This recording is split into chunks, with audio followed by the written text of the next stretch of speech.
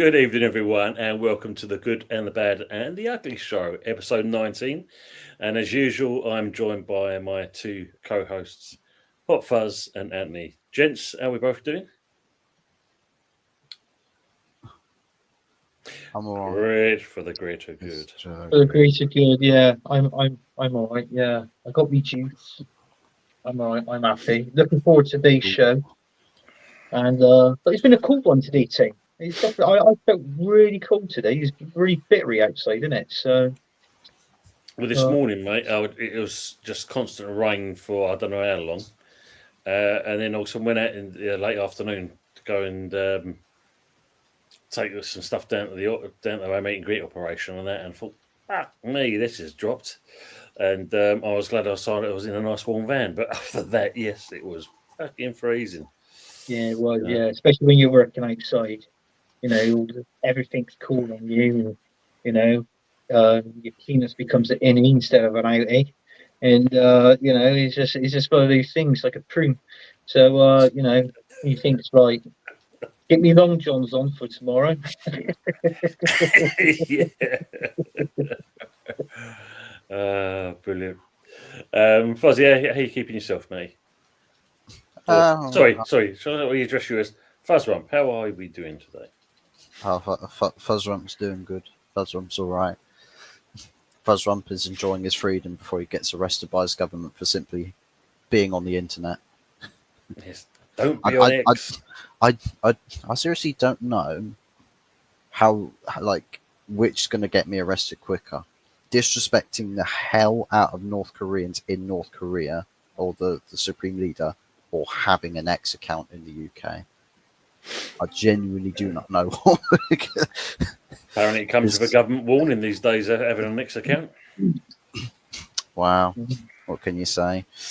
Not allowed to say what we think because it might hurt someone's feelings. So, knowing that, I'm probably gonna. It's probably a whole caravan of police cars coming down to my house right now. Wow. Get a helicopter, kick down my door. Send SWAT units through my window, probably shoot a sniper through the trees into the back of my head. So if the camera turns red for whatever reason, just know that they've caught me. No, I think you'll be right. But I think you're hypnotising with that top you're wearing first, because bloody hell, I'm being hypnotised.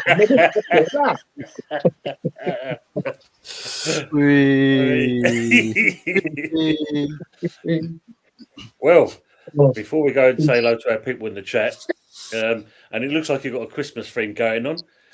Let's not talk about things and all Christmassy. So, people in the chat, welcome. We will get into your comments, but notice in your diary, the Christmas show, 18th of December, 8:30 p.m. as always with the three of us. Dress up time, Christmassy period. We're going to all done our things. I mean, obviously, hopefully by that stage I'll have my beard back, and we're going to enjoy ourselves, and maybe there'll be a quiz for you guys as well. So tune in, put it in your diary, and let's go crack on from there. So first of all, let's say it to the people in the chat anyway. Good evening to Words and Pictures. Who Castle? Absolutely, as Matt said. Evening, Matty. Indeed. Mr. Ton, West Ham, I'm massive everywhere we go. Everywhere we go, you know the tune. Good evening to Anthony's cousin. Portsmouth forgot to pay their electricity bill. Good evening, usual. Good to see you in again. Robin Van Nistelrooy set to be named the new Leicester manager tonight. Oh, wow. Mm-hmm. Evening, afternoon, Lawrence. Hope you're well, mate. And if we don't get a chance to, let's say it now and that. Happy Thanksgiving for tomorrow, sir. Evening, Pepsi. Good evening. I'm bloody freezing at Forest Green this evening. 0-0 at half time versus Halifax. Off to get a hot drink. Are you getting a Bovril? That's the question. Are you getting a Bovril? You're getting a bog roll? Yeah, you could chew on one of them. Can I have a Bovril and a Bovril, please? Well, a Bovril for me and a Bovril. Well, that's the real new there. Is it a beef flavoured one? Yeah. Why did you walk out 10 minutes before half time? I needed a shit. Well, it gets to the point, doesn't it, that when you step on the scales and it starts to say to be continued, anything that has roll in it, you assume is edible. I told you, Fuzzy, stop taking the mick out of my missus. That's my joke I used to her. You said it, not me. Good evening, Colin. Hope you're keeping well. Yeah, like to say, who called the match on Monday? This guy. This.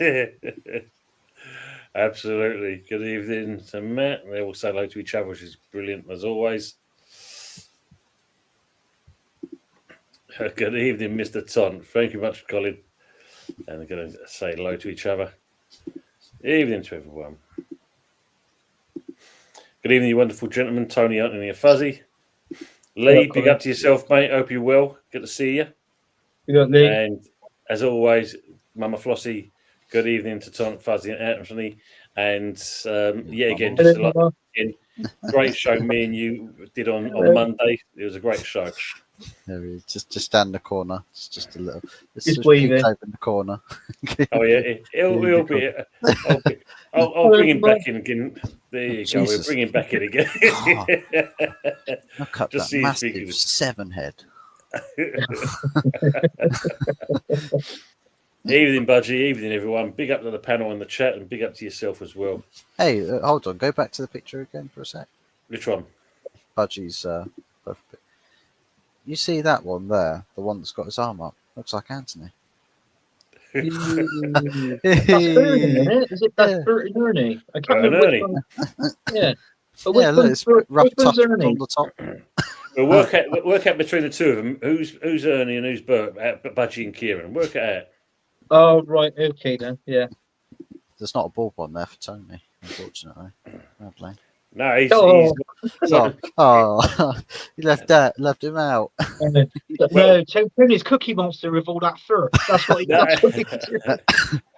If you know, you know. Storage. That's his you storage. know you got to remember the character. One of the guys that was on the show, one of the human, should I say, was Gordon. He was black, but you know, if you look at Gordon, baldy head, moustache. That's what I'm saying.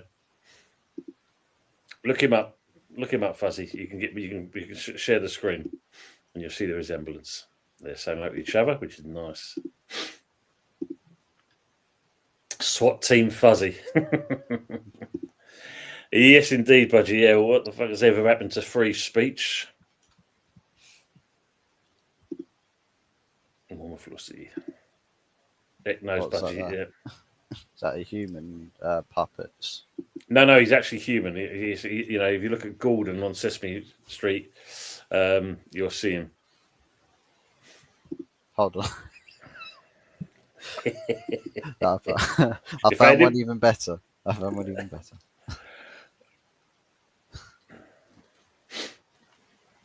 Fuzz will get done for tax fraud with police mistaking him for the car.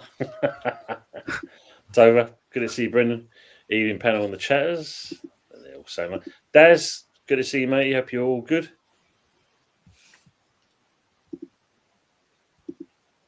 Diaz, yeah. Good evening, everyone. You're welcome, mate. You're very welcome. Robin Rood's brother.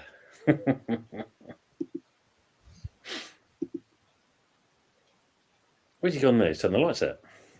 Yeah, he's going to do something. He's going to move out the way and he's going to do something for a background. That's him. That's Gordon. It's Black Taunt. Plenty of bog roll at Old Trafford for all this shit. Yeah. Howard, good seeing you as well. Even all you beautiful people coming your irons.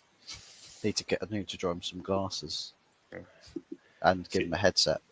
Seeing that Fuzzy, I remember that. Never forget there was a sketch where Big Bird had a load of these kids and they were drawing pictures, and they were drawing of certain bits and pieces, and it got to Big Bird. Gordon kind of asked Big Bird, "What's this picture here?" Because all it was a square picture, and then this half circle, and Gordon's looking at it and goes, "What's that?" And Big Bird turns around and says, "That's you, Gordon, walking past the window, just seeing the top half of his head." Gordon wasn't impressed for some reason. I don't know why. Evening, Mike. We've got more. Yes, we have indeed. We've got about another 3 Monday night coming up. A very good record for them as well. We'll say hello to each other. Best show of the year, Tony, you and Mama Flossie. Thank you very much, mate. It was a good show. Sean, how we doing, mate? Good to see you fresh. And good evening to Michael Chelsea as well. Big up Tony, Fuzzy, Anthony, and everyone in the chat. Loppy back in time. Director John, as always, a pleasure. Good evening, you handsome bastards. Evening, Terence. Hope you keeping well, mate.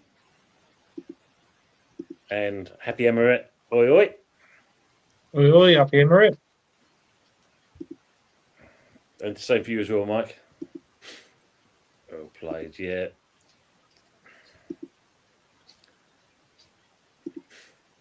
There you go. He's Budgie's Bert. Budgie's Bert. Good evening, Bert. Hey, Bert. Yeah, but the question you've got to ask him that is, he got a rubber ducky? True. This is true. That song. Well, you go sing it. No. I'm not going to sing it. I'm going to sing. Why not, mate? Evening, James. Hope you're keeping well. Evening, ladies and gentlemen. Yeah, it was fun. I can't remember the words. Oh, words. But yeah, if you want 4 names, I suggest these works. Athos, Porthos, Aramis, and D'Artagnan. Wow.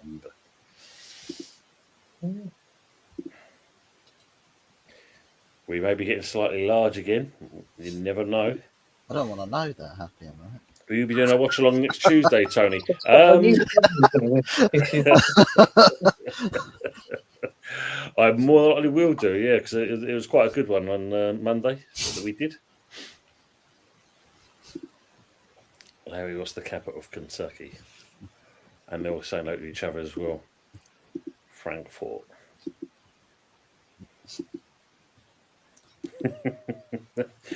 Director John saying, oh crap, Lawrence is here. Run, everybody, run.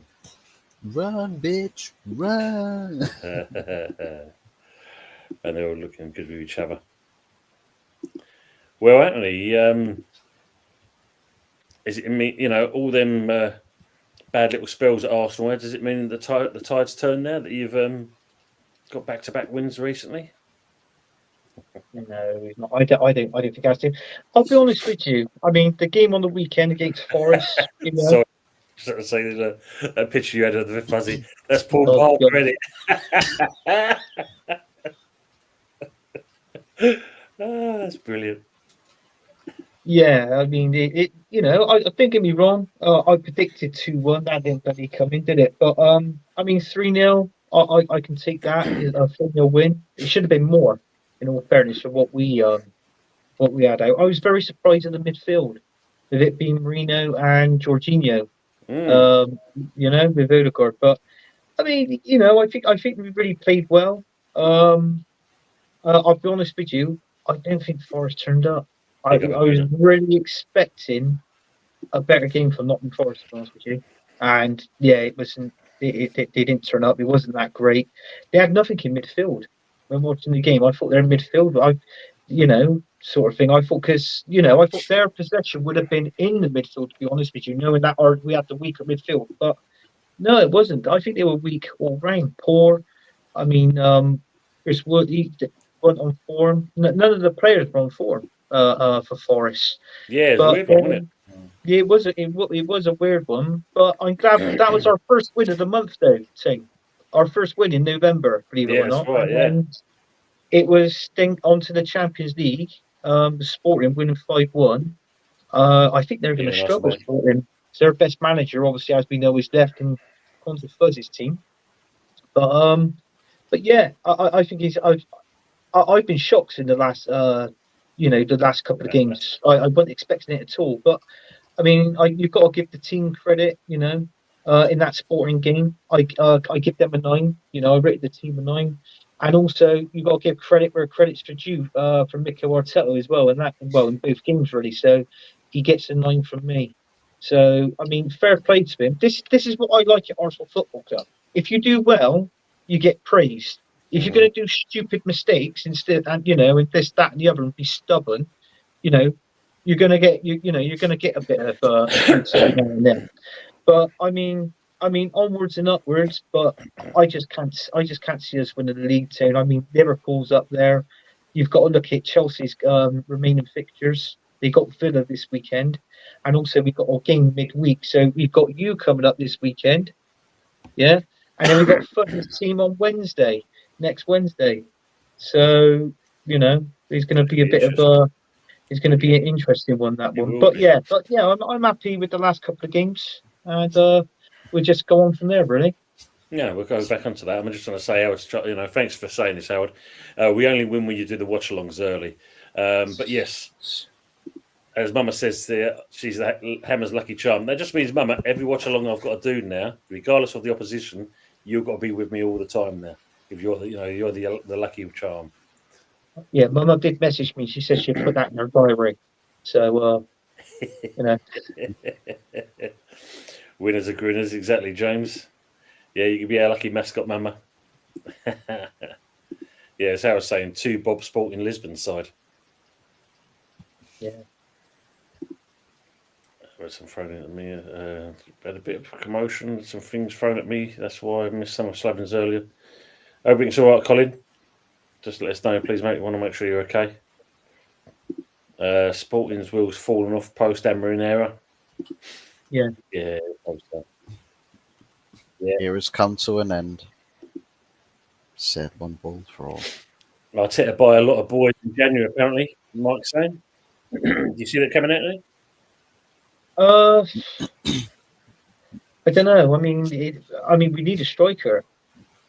That's what we need in January. But I mean, you look how Saliba kept Gokris quiet yesterday. They were making him shoot out the box. He couldn't really get into that box and get onto the anything So his shots was all out the box. They were going wide. I mean, I think he blasted the ball up once and like Rose Ed or something like that. But I mean, he's a different opposition, and if he's the top of the in January, the only problem I've got with him is, can he do it in the Premier League? That's the only problem. And with the valuation they want, between 80 to 90, is it 80 to 100 mil they want, or something like that? I think his buy clause is like 100 now. Yeah, I think it's about that. Yeah. So I don't know if he's going to spend that much again. On one player. I mean, we've already done that once, as you know, Toon, on Declan Rice, but I don't think he's going to spend £100 million on a player. Not for this time, No. Like you said before, though, didn't you? It'd be a couple of seasons before you'll spend that type of money again. Yeah, on one player. Yeah, definitely. Terry saying I was on Aaron's Arsenal X-rated the other day at a point to no one is scared of Arsenal. I think we're capable of turning them over. Your views, gentlemen. Yeah, I think we've got a good, we've got a chance of doing it, I must admit. Even though they've had 2 back-to-back wins. Looking at, and we haven't really covered West Ham's game yet on Monday, what we did there, the main thing we were saying was consistency. Can we carry it into the next game and the next game after that? So the Arsenal game, if we score first, then we've got a very good chance of getting something out of the game. But of course, if Arsenal score first, then it could knock the wind out of West Ham sails, and it's going to be a hard one to kind of get back into. But I think looking at the performance we did on Monday, which I think shocked a lot of people, I don't know what you two feel about it. Still kind of getting over it now, the performance we put up on Monday. So, yeah, that's my views on it. What's about you guys? Anthony, I'll ask you first of all, because obviously being the Arsenal guy, we're coming up. Yeah, I mean, I don't think you're going to win it, Tim, the game, if I'm honest. I mean, even though you beat Newcastle 2-0, I personally think that was a fluke. You're still shit. And but no, I reckon you played well against Newcastle. I think that I think when it came out that Lopey only had 2 games left, which this is obviously going to be his second game, obviously in charge. He said, I think that started picking up the morale through the team, in all fairness. So, I mean, Newcastle, obviously, they were poor. Same as Forest. They didn't really turn up, Newcastle. But I think, like, obviously, you scored 2 goals, kept a clean sheet, got 3 points, and I think you've done well in that game.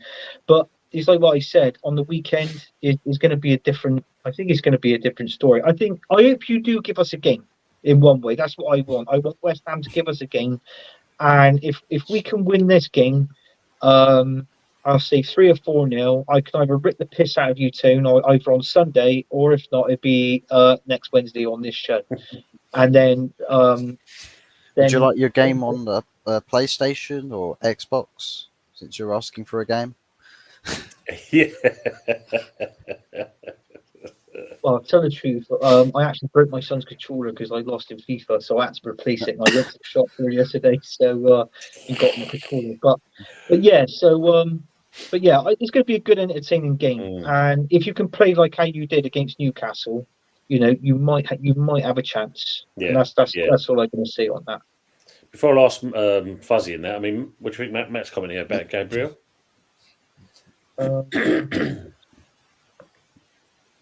Oh, I don't know why he's out for. Did he pick up a? Is he picked up a? He picked up a knock. Did he pick up a knock? He may have done, but trouble is that we've done it before, haven't we? I know everything like comes like saying, "Oh, he's injured," but what Arsenal fans know and what neutral fans got to understand, Mikel Arteta loves playing these mind games. I mean, it was surprising. The dark arts. Do you know what I mean? Dark arts, yeah, exactly.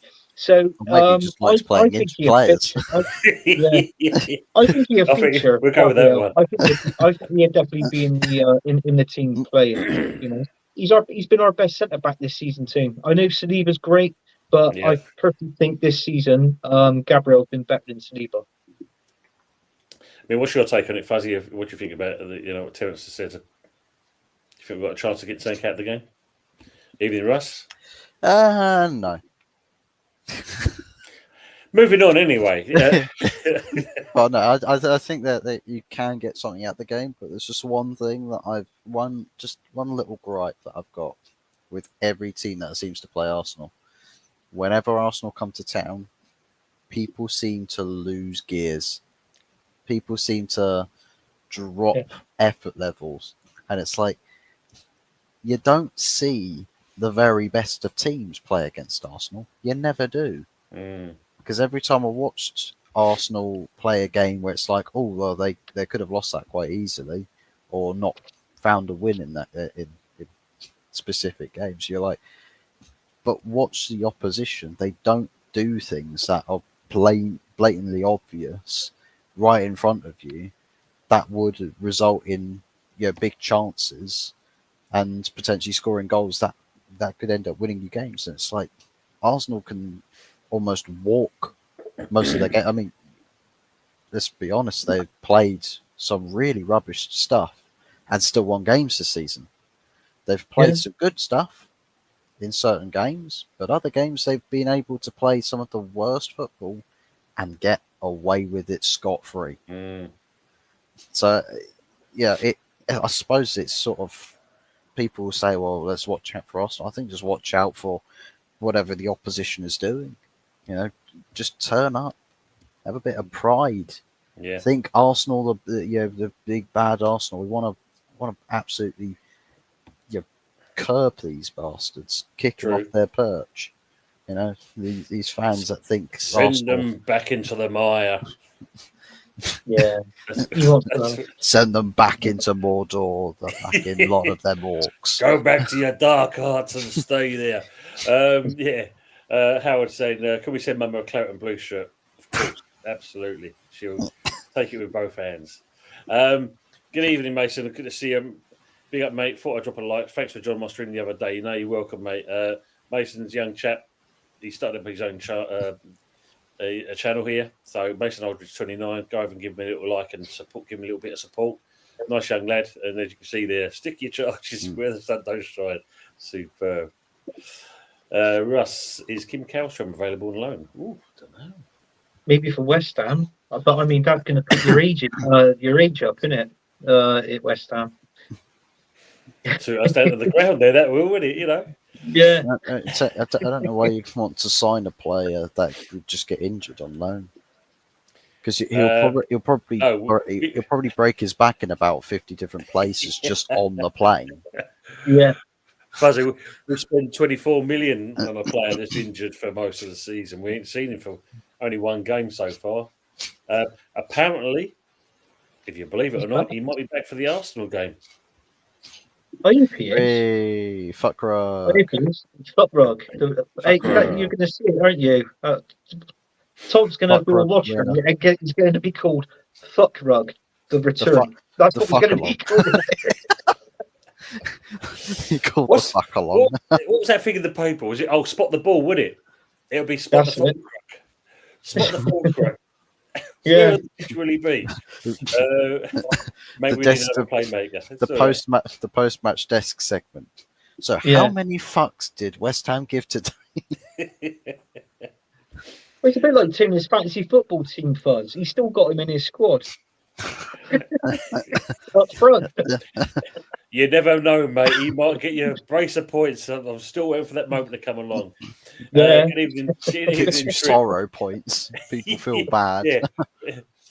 I'll leave a little bowl at the side of my account, mate.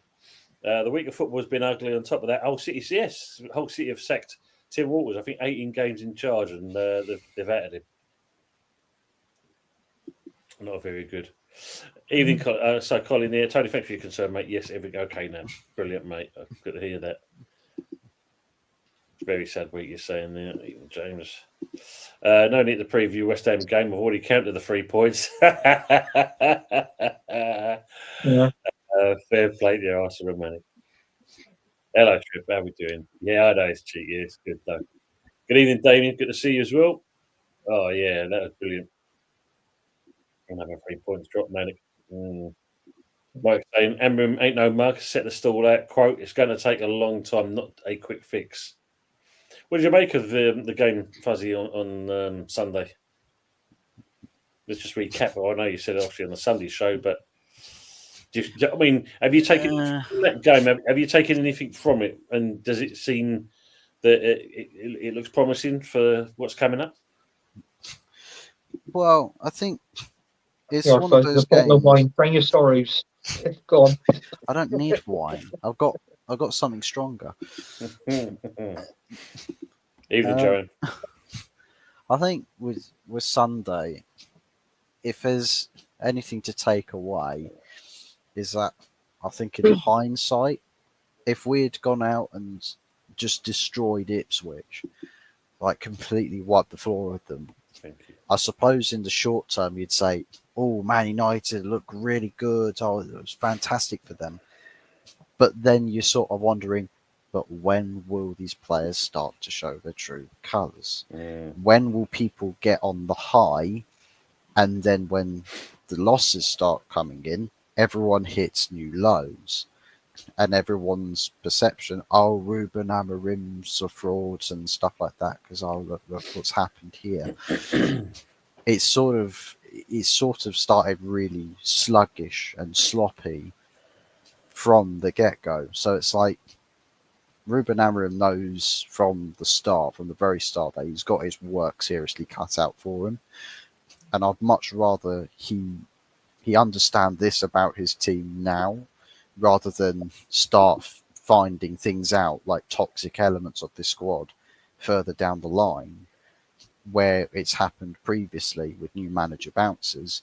When shit hits the fan, everyone's like the whole place starts to stink. So for me, I think as much as it's really frustrating, it's like I feel like it's gonna like Amorim will be better for it if he encounters the stumbling blocks now rather than further down the line.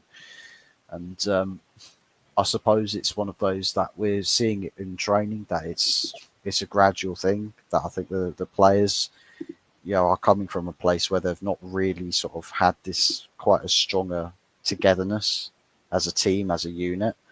So he wants to breed a very strong, positive attitude in the team. So for me, I'm thinking, give or take, a few weeks. You need to see how much these players will fight for each other.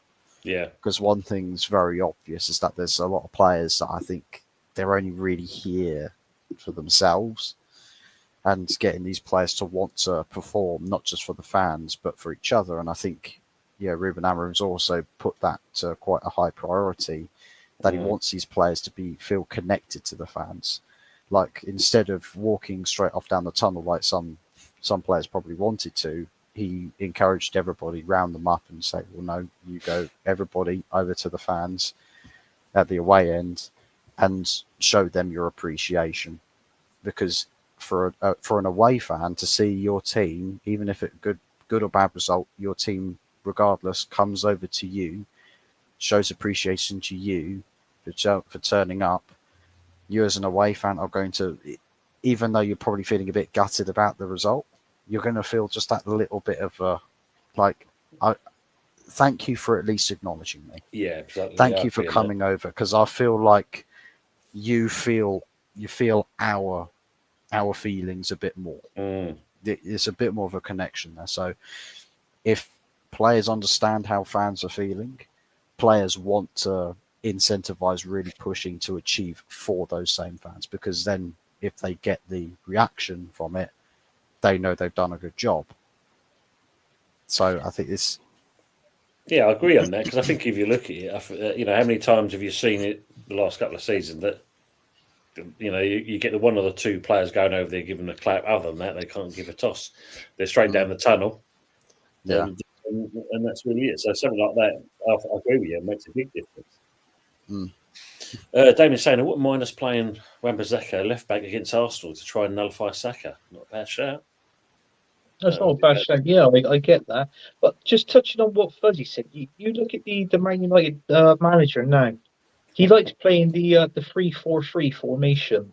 Yeah. But the players that he's got there, I mean, Jamie Redknapp touched on it, and I didn't listen to a lot to Redknapp because half of it I think he talks crap. But I mean, he was right in what he said. I mean, you look at the Man United squad. I think they're there just to build up the numbers and see how you get on for this season, Buzz. Because next year you ain't going to see Zerski. You're not going to see a Christian Eriksen. There's talks on Rashford, and also with that defence as well. I mean, there's going to be quite a few players leaving. So what I'm saying is they're most probably try and get used to the rule, but once they get used to it, unfortunately, some of these players are not going to be there. He's got obviously his own players, his own squad in a certain amount of time. But I think you've got to give a manager like that some time, because he's got some dross there in that squad, definitely, and it does take time. So in all fairness, if he's got the time, he's got the money, he's got the backing, if he's got all that, then I reckon within a couple of seasons, you would have, you'd be up there, sort of thing. But I think this appointment of the Man United manager, I touched on it on Sunday. I think you got him way too early. I think what I would have done was kept Van Nistelrooy in for this season, and then got him in next season. So instead of having the one window this season, you would have had two windows for next. You know what I mean? So, I think it's sort of a case like, do you wait? Because I don't know with Amorim, do you wait to get him in, or do you just think we'll get him in now because we understand from the board's perspective that we are pushing for the long haul with this manager because of the type of appointment he is. If he's a very, very short-termism type manager, you probably don't go for somebody who's as young as Ruben Amorim, who has, in essence, had to build a team from almost nothing in Portugal to establish dominance. I think they want to put him down the same path for Manchester United, that there is a process there.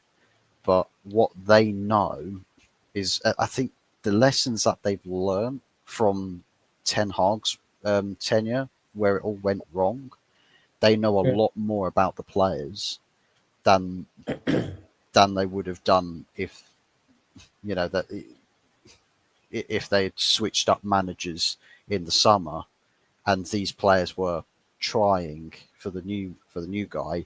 This would have just probably kicked the can down the road a little bit further, and the problems you see now, you just have to deal with further down the line.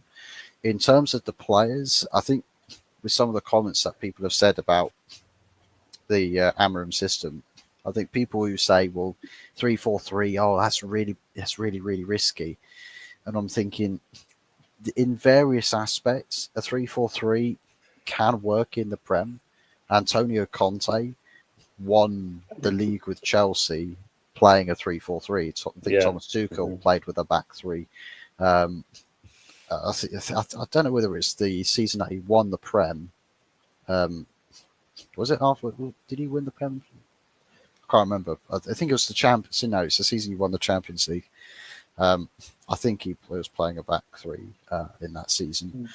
But I think what Amarim says is that a lot of those players looked probably that little bit worse, not because they are just that bad, but rather it's a system they've not ever played before. Like this particular team has never played in a 3-4-3. Manchester United has not seen a designated 3-4-3 in its history.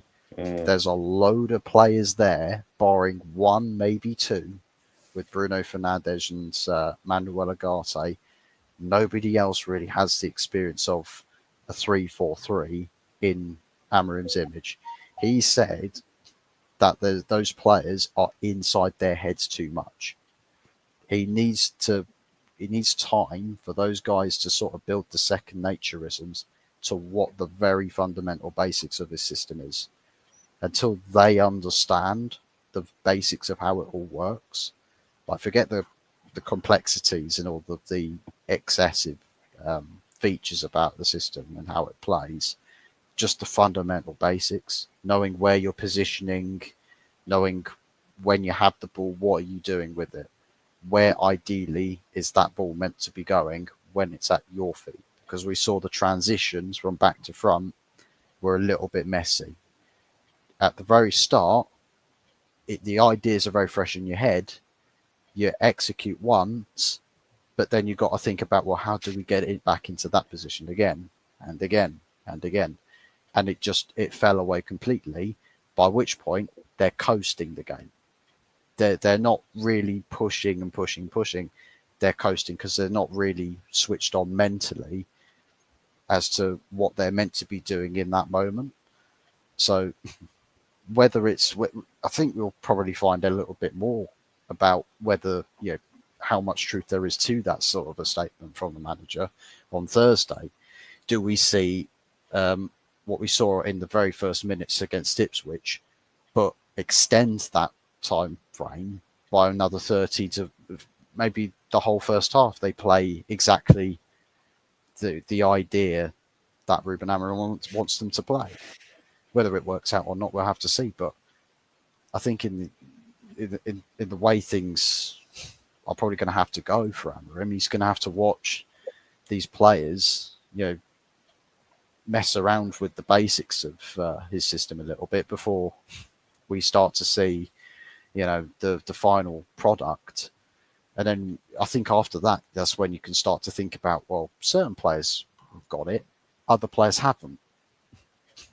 I mean, we've had other managers where it's like, Ruben Amorim has got some of Van Gaal's players, some Mourinho players, some Oli players, and now some Ten Hag players.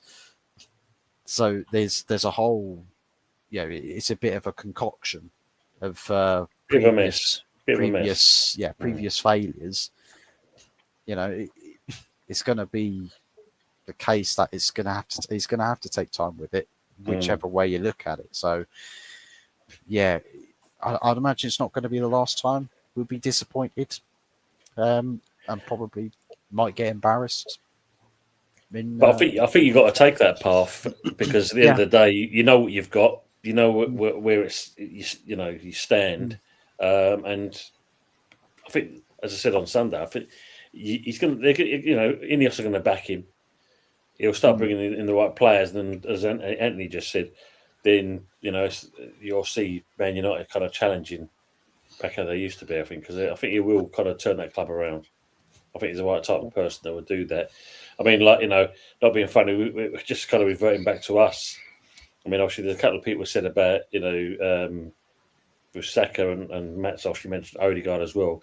Cut them two people out of the team, and the dynamics of Arsenal changes. But going by what you're saying with Amorim, I'm happy to just summed it up in a nutshell here for Lopetegui, really.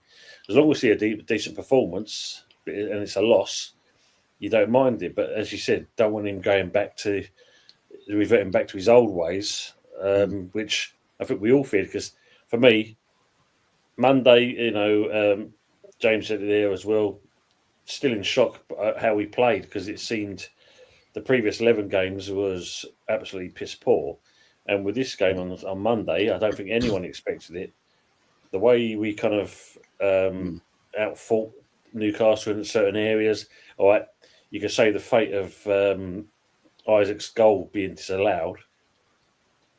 Mavropanos, was it a pen? Was it, should have been a pen? That situation. But other than that, it was a whole resurgence for the whole West Ham team. I mean, I don't know if you guys saw Lopetegui, though. He looked like he had an hard time. Growth going on, hair all over the place, looked tired as anything. Yeah. What's that scratch thing up on your red team?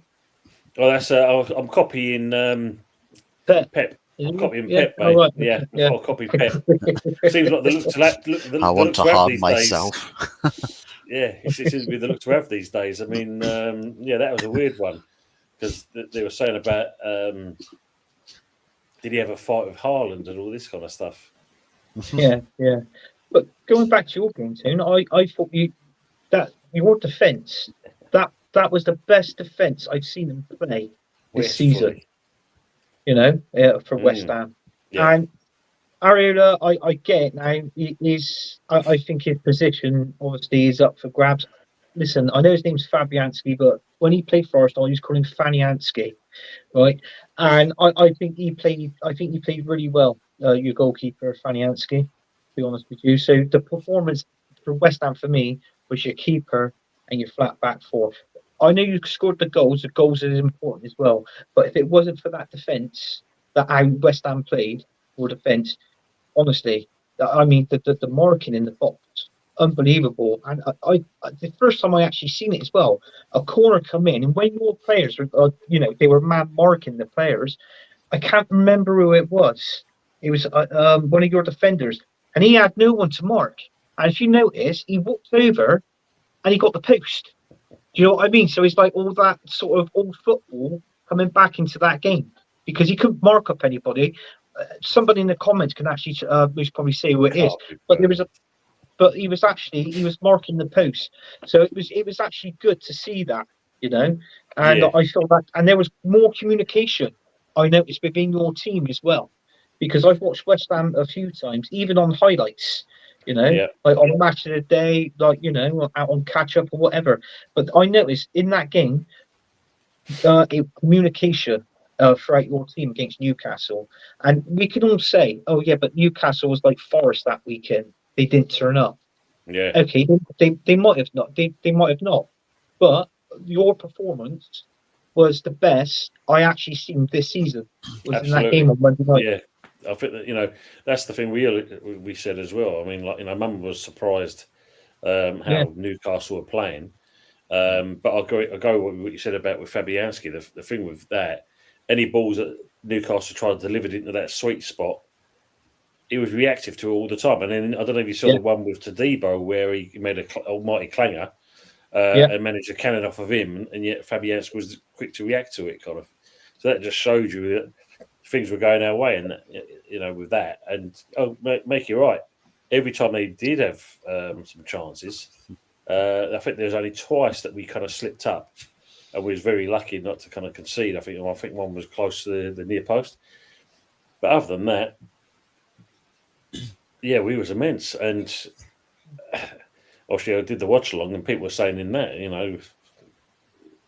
is this West Ham? Because I don't recognise it. It was completely different, you know.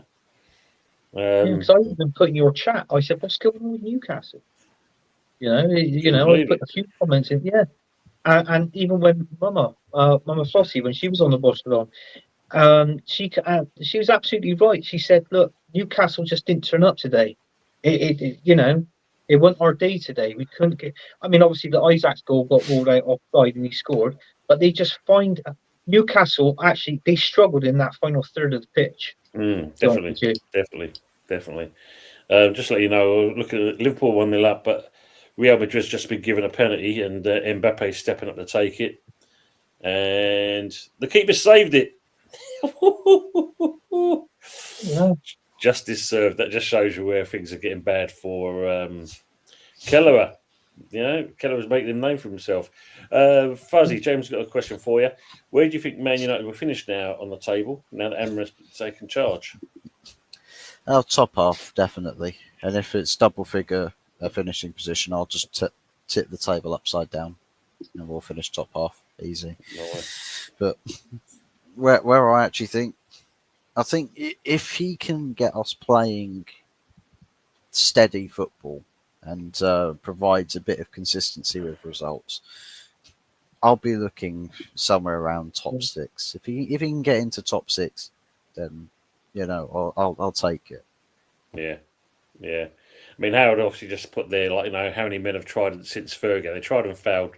No, they tried and died. And Damien's added on with this one. Going to be a tough transition for Man United.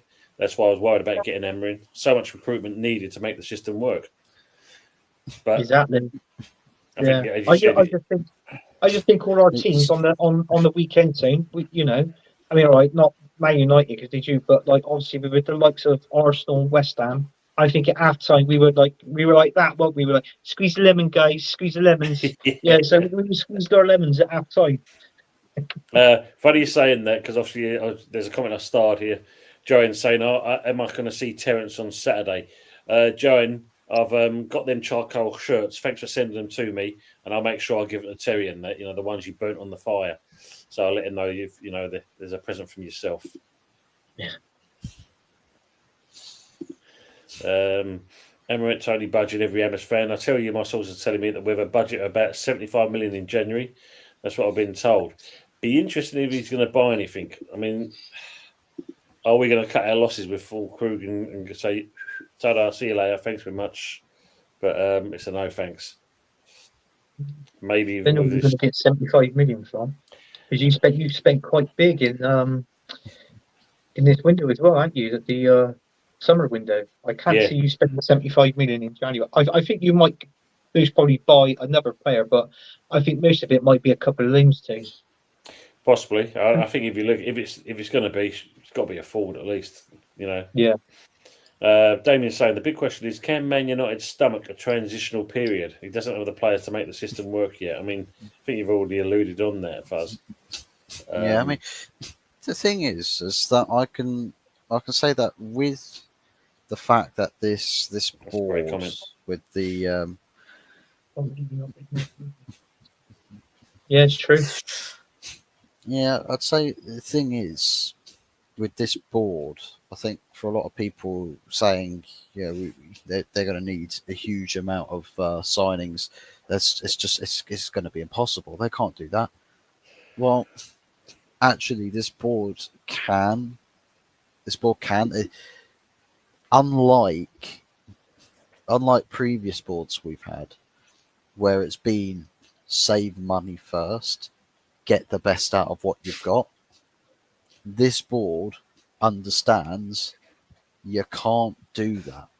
You can't just palm off a manager by saying whatever's there, just use it. This board will tell you, well, the money's not great, Mr. Manager. It's not great, but we want to back you. So let's work together, look at the market, look at what you need, and try and find as best a possible option that addresses as many positions as possible, and ultimately put together not just in summer transfer window terms, but also January, because there's business to be done there, even with a tight budget. Hell, there's players you could try and move on in January. Sell what you can from what you sell, either buy a replacement or get a loan with obligation to buy in the summer. I mean, it's the rumour mill will tell us that, Man United are linked to 70, 80, 90 million pound signings. Like, no, come on. We all know those signings won't ever happen until the summer. But there's so many other deals you can do out there. So many other deals. But you got to have the right sort of scouting network. And to be fair, Man United's scouting network's not actually that bad. It's just all the decisions on the scouting results constantly were being vetoed by people who didn't know football. So a lot of proper scouted players, I mean, some of the best players in the world at the moment were scouted by Man United and were offered to be signed on the cheap. Like Man United could have signed Caicedo for about 4 million. But Edward Ward said, nah. Who's this kid? Erling Haaland could have been signed for Ollie. He's the blot on your landscape, isn't it, Mr. Woodward? No idea about football whatsoever. Just the amount of potential promising prospect signings that the scouting network has been able to produce, and yet the club have chosen not to act on it. This board will recognise the talent and say, actually, this player could be made into something really good. I mean, look at some of the academy signings we made. You know, top, highly regarded players, and with high potential, and they think, strong academy, strong youth integration. If the players have got enough of the experience, if they've got enough potential quality there, we've got the right manager to bring them through, it's absolutely worth the investment. Yeah. If we need to generate money from somewhere, well, just selling one of those players, lovely, big net profit. True. So even if you are a big club and you spend lots of money, summer transfer window, January transfer window, just spend, you can sell some of these players and get big bucks for them. You can. As much as you spend big on big name players, sign smaller name players, turn them into big name players. Man United have had their academy, and of course, history will tell you. Look, Man United used to break the transfer record fees, several times under Ferguson. True, and very true. Still prioritised a very successful academy program. I mean, obviously, Damon's saying it like, he's only got a 2.5-year contract, which seems... Keep payout small if it really goes wrong. Suppose so. I mean, but then speculate to accumulate, as they say. But as Mike says here, Damien a savage for a Premier manager these days. Yeah. I think...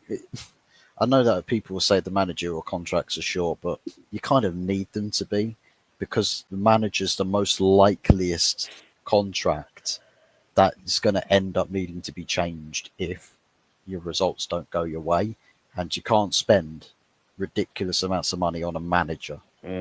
If you can opt for less money for a manager, then the penalty, if you will, for failure is significantly less. It's not gonna impact your finance sheets as much.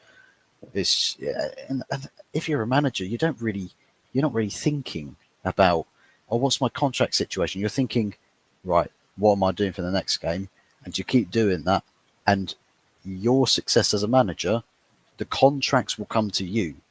Because if you provide success to your club, they're going to keep putting these contracts down on the table. Please sign this, Mr. Manager. Please sign this. Absolutely. Please sign this. Rather than the manager look for the contracts. Because if the manager's looking for a contract extension, that manager's got it all wrong. The club won't want to sign an extension if Oh, sorry, mate. Oh my God, I thought you had an orgasm. Jesus Christ, you fucking jumped. Jesus. Sorry, mate. Well, look, Salah's just been awarded a penalty, and he has just sliced the ball and nearly knocked someone out on the fucking corner flag. Oh, blimey. I don't know, Son. I got the What a miss. I got the Jesus Christ. Britta's just Anton just cleared the ball off the line because Juventus thought was almost going to score. Oh. But no, I just seen Fuzzy chatting, and then all I heard was "oh," and I thought, it made me jump. Jesus Christ, Tony! Did you learn that from Gary Neville? Yeah, Gary Neville on commentary. Yeah, Gary Neville we trust. Wow, that's shocking. That was. Happy Emirates saying if we have that budget about the 75 million, then we must be selling Kudos, he reckons. Let's hope not. But yeah, only buy from Championship. Sully says that's it. Wow. Damon says the system can be a bitch to play against, though. It was that system that undone us in Europe both times. Frankfurt and Leverkusen both played it, and we couldn't find answers to it. Make you right on that. Off to Saudi, I reckon. Oh, never know.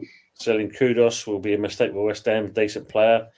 Well, as long as we get big bucks, and if he does want to go, we'll soon see.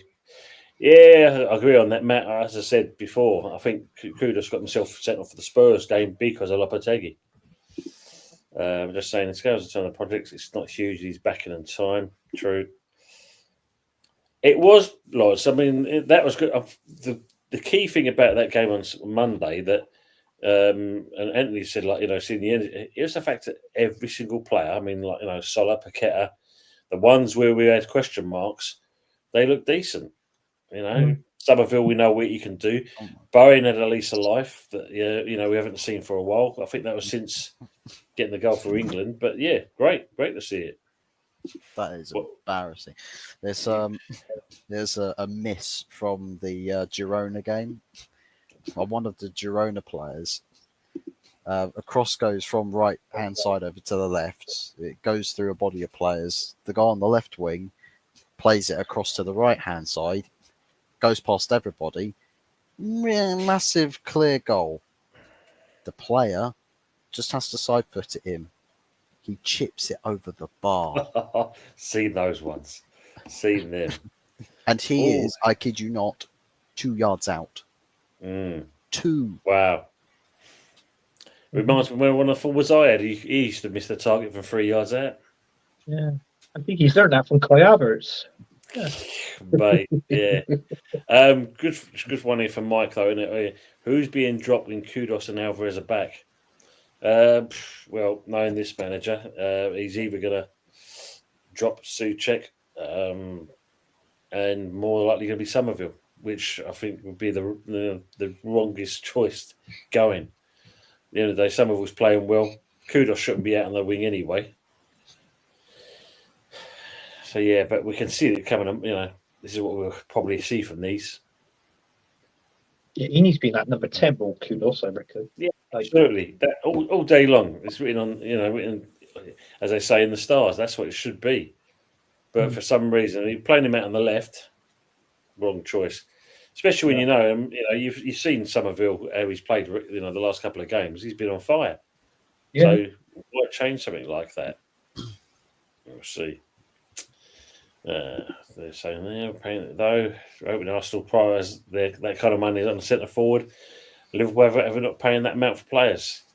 Let's hope so, Damien. Let's hope so that they keep the money in the pockets. Also, hoping they have to replace more than just Salah with Virgil van Dijk and Trent Alexander-Arnold. I have to say his name. Trent Alexander-Arnold leaving as well. My injury, I think, is doing him in, though, isn't it? He's not looking too clever. Arsenal already getting close to the mark, though, I think. Yeah, because wasn't it 85 million as a buyout clause for Kudos? I don't think we need him. He's a striker we actually need, but I don't know what goes on in his manager's head, to be honest with you. I'll take him. Don't get me wrong, he's a good player, but I just feel like the option we really need is a striker. And I didn't know why he's messing about with Kudos.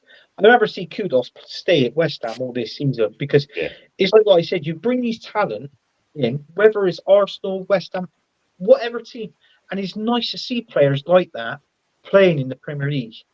Do you know what I mean? Yeah, And then exactly. we seem to be getting rid of them. Like, well, I suppose if he's still trying to get himself out, then either the club's going to accept it or they're going to say, like, you either need to pull your socks up and get on with it because you've got a big contract, you've signed it, and you're supposed to stick to it. exactly. I mean, you look at the strikers we got in the Premier League team. If Man City, I know they're not, but I'm just saying, if Man City got rid of Haaland, Newcastle got rid of Isaac, and bloody Villa got rid of Watkins, what top quality striker is there that's actually playing in the Premier League?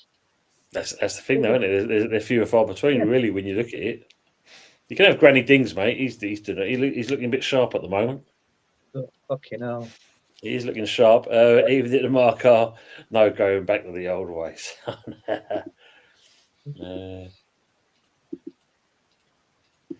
Dewsbury Hall could be heading to Aston Villa in January. Be interesting. Yeah, I'll make you right, Mark. I think most of it, second goal, Gakpo for Liverpool. Still on cloud nine. I think we all are. Perhaps Alvarez could drop into a centre back alongside Kilman. Not bad. Libido has stomach issues, doesn't he? Yeah, he didn't look too clever, did he? Mavropanos is okay, but there's a liability in him as well. That's a great shout, though. Yeah, that's what we know him as, Flapiansky. Flapiansky, yeah. Tadibo. But even Ray, feeling slightly optimistic for Saturday coming, you Irons. Absolutely right. Got to be feeling good about it. And this is the thing, though, Anthony, we were saying on Jeff's show on Tuesday, is the fact that, putting in a performance like that, as I said earlier, it's about the next game, the game after that, because you've got to think Arsenal, then it's Leicester. If we can get 4, hopefully 6 points out of them 2 games, then, the tide's turning for West Ham. And I know we've all kind of given him a lot of stick, sort of Lopetegui. But if he can stay if he can put in what he did on Monday into the next game and onwards, I know it's sometimes you say it's that transitional period. You've got to get your feet under the table. You've got to kind of adapt your style of play. I mean, obviously before that, I think we've already covered it. Never saw style of play under Lopetegui until we saw what we did on Monday. Yeah. I think when you play against Leicester, the thing for me is the Leicester midfield. I mean, obviously you've got Harry Winks is quite good in that midfield with Ndidi, but the other one, the guy that plays out on the left, is it Mavadidi or whatever his name is? And he's the one that's the one you've really got to stop, because if you can stop him, I think Wan-Bissaka would be a good one to stop him crossing the balls into the box, because that's where Leicester gets their goals from. It's actually the crosses. It's not mainly from the attack down through the middle. It's mainly from the cross. So yeah, it's true. That's true. David's saying just need to make sure we're not getting too carried away with that high line. Yeah, not too. Your City. Yes, indeed. I mean, the collapse of them yesterday, that is unbelievable. Ladies and gents, we've already put in a bid of 35 million for a striker. I believe there will be a midfielder coming in as well.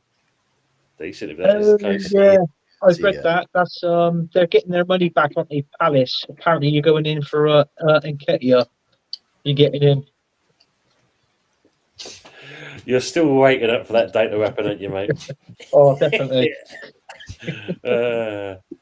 Thanks, Budgie. 21 likes, 23 watching. Good effort, chatters. Absolutely. Great as always. People in the chat. Shane Mark was decent. Play as a team, a good thing happens. And it was a make your mark there, right there, Mark. It was a team performance. Didn't look like there's any individuals out there. It was actually a team playing as a team.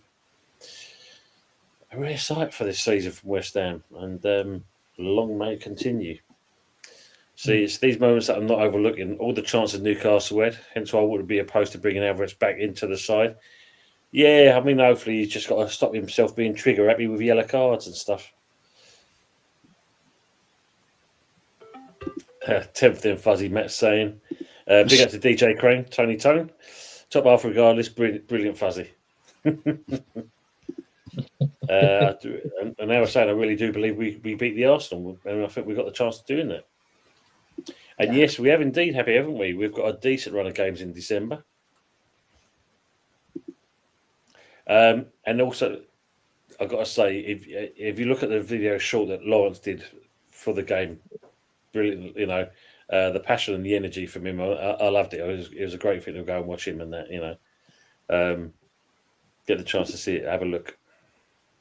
Yeah, I think we're all in that boat, Hammy. Don't want to get carried away. One game doesn't make it. No, it doesn't. Top 6 by Crimbo, happy. Oh, imagine that. I'll have some of what you ordered. Precious son. Look, they're all showing it. Look, Robbie 1-2. Stone, Dust, and Ganja. Dear me. Loving life. Budge is quite good at rolling. You see the way he rolls up his steak on his cooking programs. Yeah. That's him putting the rub in, the spice rub into the over the meat. That's what he's doing. Yeah. Leave your meat alone, Budgie. God, blimey. Meet a good old rub. Who's that one? I can't remember what his name is. Well, the voice. Yeah. Oh, bloody hell. And I know the character you're on about as well. Terry's the hard and seek champion of YouTube. Would not like Alvarez playing alongside Kilman. Yeah, I mean, Damon's put that figure as well. Gets a bit carried away. Would probably get sent off or give away a penalty. A bit risky for me. Might have a bit more maturity about him if he's put in the back there, because it's a different kind of mindset that you've got to be when you're doing, being a defender. See, now, as West Ham fans, I actually listen to you, team. And that midfielder you got, what's his name? The one you didn't rate? John Rodriguez one. John Smith. No. Yeah. Is it Sunchek or whatever is that? What's his name? Suchek. I mean, I say with Suchek, it's it's like he's rough. No, because when you look at him, I mean, you could rely on him to do something. Don't get me wrong in that respect. Yeah. But he's not. I suppose who's the best way I can kind of compare him to? Who's all arms and legs kind of things. What's it? Paolo One Chop. Yeah. All over the shop, but he gives you, he gives his heart and soul to the game. Yeah. And it proved it. I mean, look at Monday. The fact that I think it was Willock that was marking him, and then all he did was just take a couple of steps back. Willock then looks at the ball, doesn't look at the player peeling away, and it was an easy one for him to header in. And that's the other thing we've been lacking in the last couple of games. Yes, we did do a couple of long balls, but not like we have done recently. 2 touch and then fucking long shit long. We actually played it on the deck. There's times when we played the ball around Newcastle as if they weren't there. And like I said, to see that from what's happened this season, it's like, where's this all come from? Why is it suddenly this game? It's changed what he said. I don't get it. But with Suchek and that, I mean, he does what it says on the tin, but there's that kind of unorthodox style of him as well. Yeah. Yeah, David's going back to the Man United with you, Fuzz. Another thing is it has to be profiles over names for Man United. Very different to what the club are used to. Just that I listened to you and I took him out my squad, out my fantasy team. And now from top, gone down to 5th. But congratulations to Henry Ray Baker that Henry's top of the league in the fantasy. Really? Wow. Yeah. Fair play. Good evening, Expenditure Anger. It's been a while since we've seen you. Hope you're keeping well. Evening, gents. Just watched Goldbridge coping about Bayern being clear of Rashford. Didn't think this week would get better, but here we are. Oh, lovely. Good to see that. Because old Durham was saying about Bowen. He shouldn't be at West Ham. He's wasted there. He needs to move on. He shouldn't be there. I bet you're going. Well, I do agree, Tim. I mean, Arsenal may open the door for him. You know, I'm all for that. Yeah, but you're cheap, mate. You know, you'll take any old thing, wouldn't you? I mean, it's Clapped. claps. Yeah, that's the word. Clarted. He's on a long contract. You'll have to buy him out of that for as well, and I can't see him going. Plus, the fact you'll have to go negotiate with Danny Dyer. Good luck with that one. It'll smash the granny. Arsenal, I mean, yeah, that miss of his. I mean, the way he just sliced that is unbelievable. He twisted up, got the pen, but the missed score. See, I used to wind up players. I said, when someone did something like that, I said, just go and whisper in his ear and then you want gravy with that slice. Fucking get some every single time. I hope so as well, Damien. Yeah, just see that mum as well, just saying about it. Leeds beat Luton tonight. Luton are flats. Oops. Tony having an orgasm. There we are. I was thinking, nobody's mentioned that in the chat yet. It's just come on. Get up there. Good evening, Epic Ash Time. Be a mistake to make any changes to the style. Exactly. Consistency is a key thing, but unfortunately, we know with Lopetegui, he don't do consistency. Well, he does do consistently.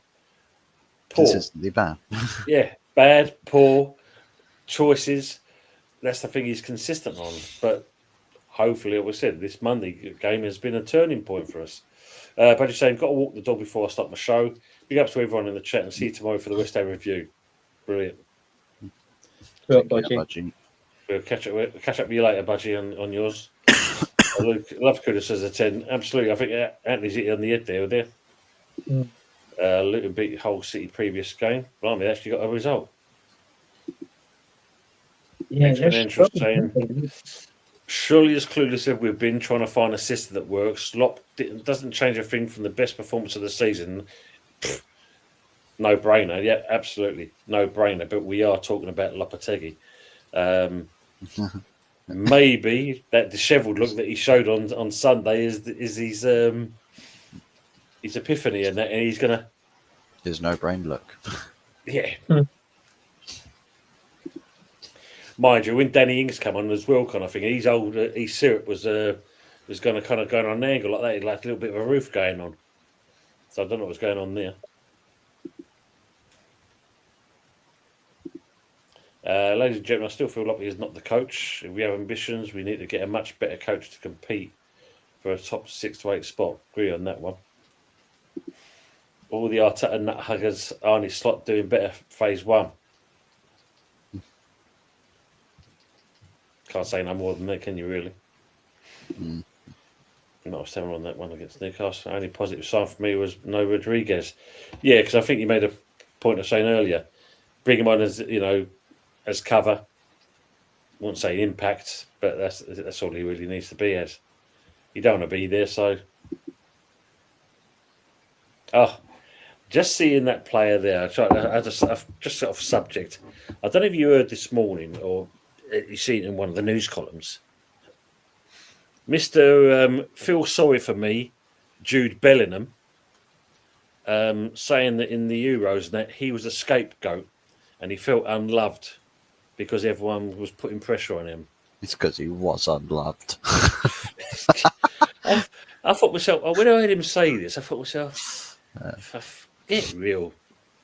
Yeah, you paid all this money and that, and it's not about you. Why are you trying to make it about you? If anybody was unloved, Tim, that which we criticised, that would have been that Gallagher in midfield. He should have been the one that felt unloved. Exactly. I mean, I thought when I heard that, I thought, so are you through? Nah, I'm not buying into that. It just seems to be anything goes wrong when it's like the England setup. It's like he feels like he should be all revolves around him. Piss off. Mhm. Did Ancelotti lose his last game at Liverpool as Everton manager? Do you know? No, I don't know. No, I'm not so sure myself. I'll be honest. I think he might have done actually. Because I know that we had Everton last game of the season going back a few seasons ago, and we beat them last game of the season. So that might have been that game, if he was. Oh, it is an interesting one. Look, just had a text from a friend of mine. They've told me in the text they were interested in signing Salah. I'll believe it when I see it. There's probably another Salah. No, Yeah, I think his friends ordered a salad. He's a Mohammed salad. Yeah, I wouldn't believe it Mohammed either, salad. Welcome, Lawrence, as always. Words and pictures. All clubs have a similar problem. Fans can't agree on a manager. Players don't all play for their manager for many reasons. It's really a good saying because we've seen it many times, haven't you? You can just tell by the body language that can't be asked to be there. Well, I mean, just have to look at Arsenal. Aubameyang, Guendouzi. The list goes on with your manager, mate. Yeah, if you're not liked, it don't matter how much of a good player you are and what quality you have. If he doesn't like you, you're gone. Basically, with Arteta. Yeah, it's true. I don't know why they didn't do it like years ago. Do you remember when?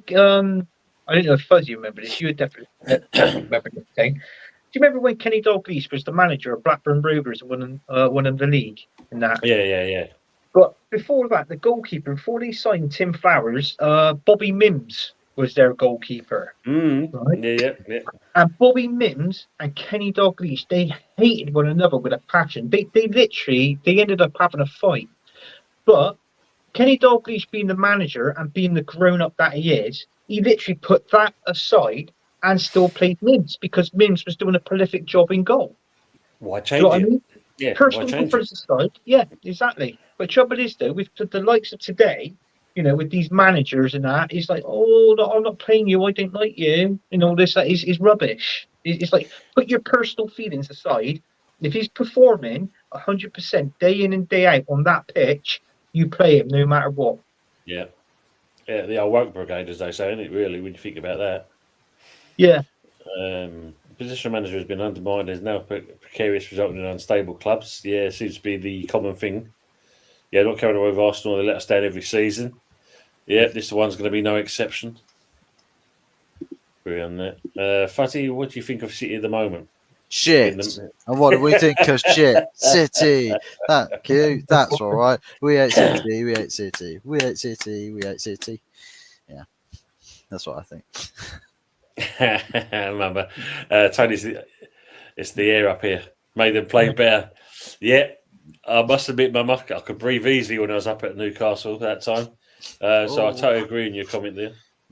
Aston Villa have nicked it against. Yeah, Roger. Yeah, but the keeper is down at the minute because they're thinking it's a bloody injury on the goalkeeper, which I don't think it is. I don't think there's anything wrong with that goal personally, so it should be given. And if it is, Villa's beat Juventus. Wow, that's a statement as well, isn't it? Yeah. Jameson, think about Suchek. He affects the two most important parts of the game: getting the ball in the net and stopping it from going in your own. People have preconceived ideas of what CMs should look like, and I agree on that statement. I mean, like I said, it's sometimes his outfield players a little bit where he's precarious, but defending and obviously attacking, yeah, definitely that's where his strength is. I agree on that completely, Damien. I'm gonna have to get Budgie's and Kieran's views on him thing. Sorry to disappoint you. It's nice when a West Ham fan comes on a show on Sunday and talks sense, but I mean, I think Suchek has become the first name on the team sheet for Lop after Newcastle. I think he's becomes undroppable. I get what you're saying on that. Good evening to Jesus Rocker. How high do you all rate Edson Alvarez? Thanks for being in the chat.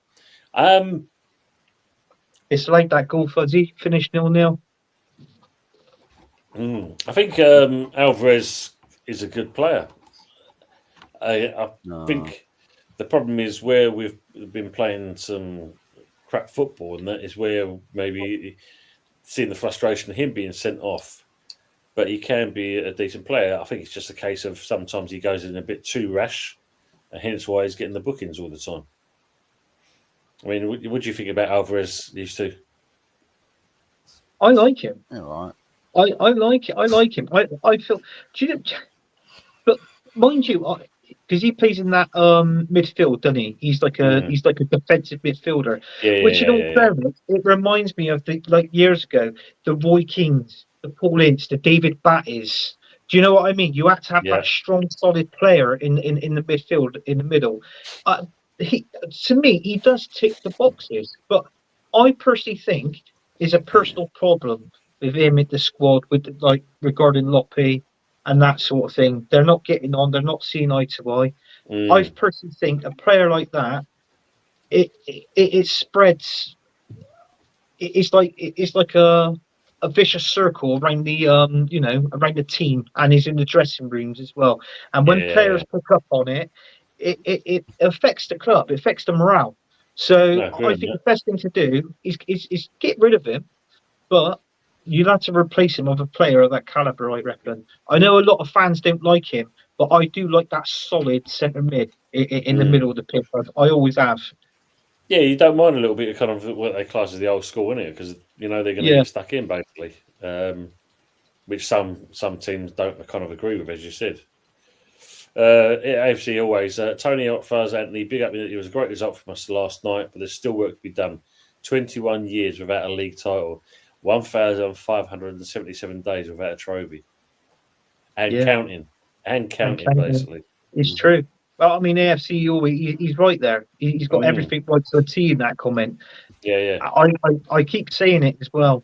He's had all this money to spend, and he's won nothing under his own team. So, in all fairness, what does that tell you? I can't wait to go on tomorrow night's show with Lee, and see what he's going to say, because I think at this minute, 2 games in, I think he's already settled in now. So what I need to do, I need to go around this house and search for a flip flop, and every time he talks, I'm going to shake a flip flop at him. Do you know what I mean? Slap it in his face. Yeah, David said about Alvarez. I rate him. I think he's suffered from us not getting our midfield correct since arriving. He benefits playing next to Souček like Rice did. Yeah, agree on that kind of comment. Not that again. Liverpool are serious. They are indeed. I mean, I think we I remember when we talked about Arne Slot coming in, we knew not much about him really, but this bloke is just doing things, isn't he? He's letting the team play. He comes over after the post-match, strolls over, says what he has to say in there, drops mic, walks away. And they just say 2-0 against Real Madrid. That just shows you where they're going at the moment. It does, yeah. I said it before, Tim. I can see in this Liverpool team, it's like I forgot the bloody name of the word now, and it's so easy. I see a different style of play with this one. Very creative. There's more creative and more fluent in that midfield under Slot than what there is under Klopp. So. But yeah, I think that they're going to be really challenging. I mean, it makes it interesting if you throw the likes of Man City and Arsenal in there with Liverpool, and obviously I think you've got to throw Chelsea in that equation as well, because they're picking up Chelsea. So I think it's going to be a 4-way, which makes it more interesting. Out the Well, funny, I mean, because there's a comment I've just starred ages ago, and it's Michael Chelsea's, where he says, time to return to the old Champions League format next season. I don't like this new format, to be honest. What do you make of the new format? I think it took a while to grasp it, to get hold of it. I mean, I still didn't know 100% of it. I think I only know about half of it, but I simply agree. I think you'll see it next season. I feel like either the season after that, I think it'd be in for about 2 or 3 seasons, and it'll always go back. You go back to the original format how it was, which everybody understands, and is more effective that way. Yeah. Oh, come on there. What do you think, Fuzz? Yeah, I prefer the older format. Get the 3 teams in your group. Get 2 games, a home leg and an away leg against those 3 teams, and I think it just made some of those games that much more important. Whereas all of these this league format, it's all just one-offs and just a different team every single time, and it's like it doesn't. It's like, yeah, sure, you may get more exciting matchups, but it doesn't feel like it means as much to me. No. Well, it just pinged up on my phone. Breaking news: Champions League will change their format when Manchester United are back in winning ways to qualify for the next Champions League. We're open by 2034. This will be sorted. So I just read it out, folks. Well, I mean, that means that anybody that wants the old Champions League format, you've got to support United. That's all I'm going to say. You've got to back us. You've got to hope for success. Colin's saying here, ladies and gentlemen, this will be my side. 1-4-1-4-1. Fabianski, Basaka, Tadibo, Kilman, Emerson, Souček, Somerville, Paqueta, Sola, Bowen, and then Kudos up front. Do you agree with that? Do you agree with that? Second. I think if you look at it, I mean, the defence is, as long as Tadibo is not injured. Souček, Somerville, Paqueta, and then obviously Salah. Yeah, I think even if you went 4-3-3, because I think some people were saying with Lopetegui it was too defensive, and that's the reason why we kind of got stung, because we just kept too much in our own half and allowed teams to come at us. But I say we saw a difference on Monday, and I think unfortunately what he set himself there by doing that. Like Mikey has put here, there's Lopetegui giving Arteta something to think about, because the problem with getting a result like that on Monday, now there's more expectations and pressure, you can say, on Lopetegui's shoulders because of what he's done with that game on Monday. And any variation he does now is in the firing line. So, if we see a change again, which, going by, as I said before, the algorithms of Lopetegui's mind, win, loss, win, loss, win, loss, win, loss, draw, loss, we are, in certain respects, going by his kind of algorithms, draw, win. Is it against you guys? Possibly. If not, it's got to be Leicester. Yeah, I think it more likely to come from Leicester. The only time that you would beat us is if that fucking ball goes over the line and VAR goes, nah, it's not out. It's not out of play. Like that time. That's what it'd be. And if that is, I will be on our show. I'll be absolutely livid. I'll keep it sweet, livid if that happens. Mm-hmm. Yeah, I get that. Michael Chelsea saying, thoughts, guys, and Paqueta underrated or overrated? This guy was linked to a move to Man City once. He was, until, of course, someone threw in the old betting scandal things. That's where it kind of made it. I like him. I reckon maybe a little bit underrated. Listen, he had a bet, and it's done wrong because it's in the rules that the players are not allowed to have a bet. I have a bet myself, right? So it's like what I said. Everybody likes a bit of fun. I think with these players, I think they can do it in a certain way of doing it and not getting caught. But obviously they're getting caught. I mean, look at Ivan Toney, for one. Yeah. So do you know what I mean? So exactly. it's a stupid road to go down to, and I mean, it's not a bad thing he's done. I mean, what would you rather do? Would you rather get done for having a bet, or would you rather get done for abusing and kicking a cat? you know what I mean? He's like, Mm. he's like, I'd rather get done for having a bet, Yeah, personally. it's true. But Well, I mean, what was it? One got banned for pretty much an entire year, and the other got banned for, what was it, 10 games? Something like Yeah. that. yeah, Yeah. Which one kicked the cat and which one took a bet? True, it's very true. Because the funny part about it was, I remember when we had like Matty Effort on that. You know, he likes a like a little bit of a bet, but we helped him. So, what's the difference with someone like Paqueta? Because what, he's a foreign player yeah, that we don't. Well, it's like, oh, we can't do that because he's foreign. yeah. Still a human being at the end of the day, and still has got a lot of pressure in his mind. And you've got to think it could be a mental issue in that. Not being funny, look at Lopetegui on Monday. That could be the fact of the pressure. But with Yeah. Paqueta, he's got obviously this charge still hanging over his head. We don't know what the outcome of it's going to be. That part we're still waiting on. And if we lose him completely out of it,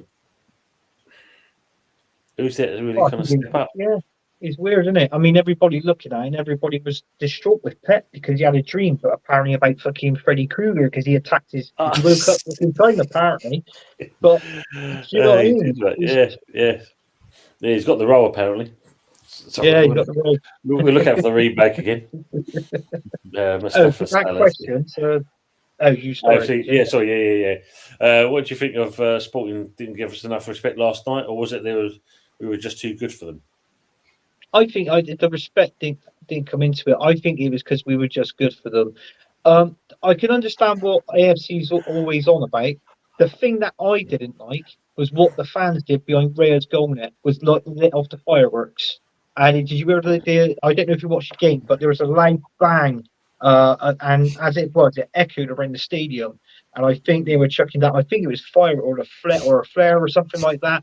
It literally, the noise of that thing, it literally echoed all around the stadium, and it was actually behind the goal net of Rhea. That I don't understand, but yeah, that could be a little bit naughty, there, couldn't it? Yeah, that was the only thing I didn't agree with. But obviously, teams playing abroad, they got slightly different rules there. You can drink beer. I think the fans were mixed up in that stadium. I mean, it wasn't like one home and the other part of the stadium was away. Apparently, they all mixed in together, and you're allowed to drink alcohol in that stadium as well. So I've read.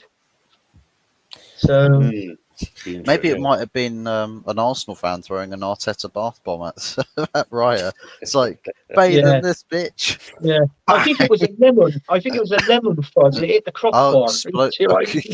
Explosive lemons. Yeah, explosive lemons. Stitch this. Squeeze on this. Ray saying, I'd love to see us start with the same 11 against Arsenal. Hopefully, we will see that. There shouldn't be much change. If anything, maybe one change possibly. Yeah, I saw what Bellingham said, twat. Literally attention seeking. Terence nailed it on the head there. Probably will come out the closet soon. Yeah. His pronouns will be cis twat. Yes. That's true. Predictions for Pep and his team for their final place at the table at the end of the season. Ooh. Do you know what? I'm going to go second or third. I think where the top four is, I think that's what it might be. But then again, that fourth spot is pretty much still up for grabs. So I mean, it's way too early to say it. It's only like 11, 12 games gone in the season. So I suppose it doesn't matter how long this dip in form that's for City that's going to last. Yeah, it's true. Because right now it doesn't look like City are going to find a win from anywhere. I mean, they've got Liverpool away on Sunday. Yes, they can't beat Feyenoord at home.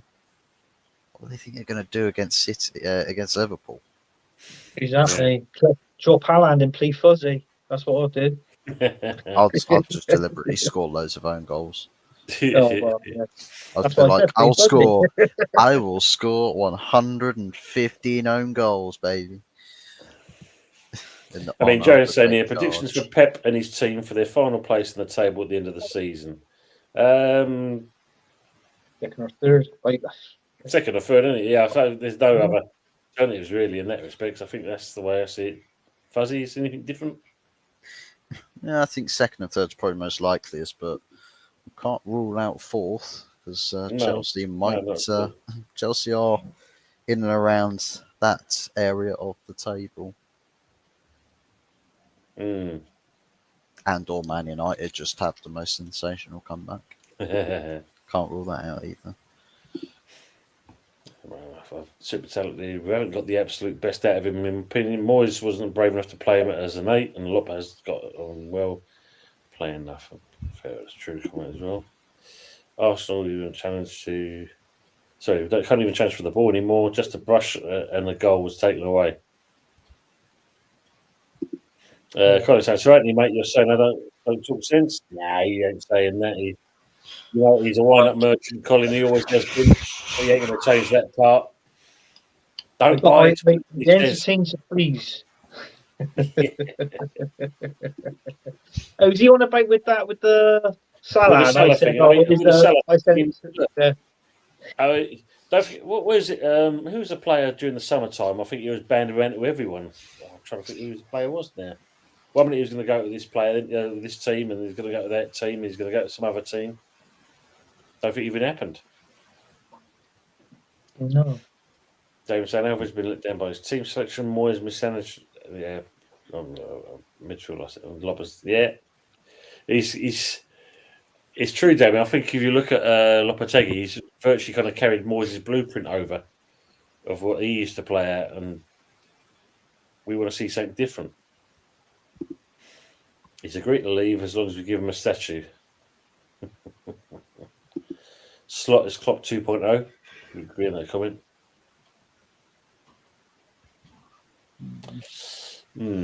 Slot is 2.0. He's above that, though, I'd say. I think he's up just for now, yeah. But listen, when it comes to game 33, 35, game week 35, we'll see what where Liverpool's position is.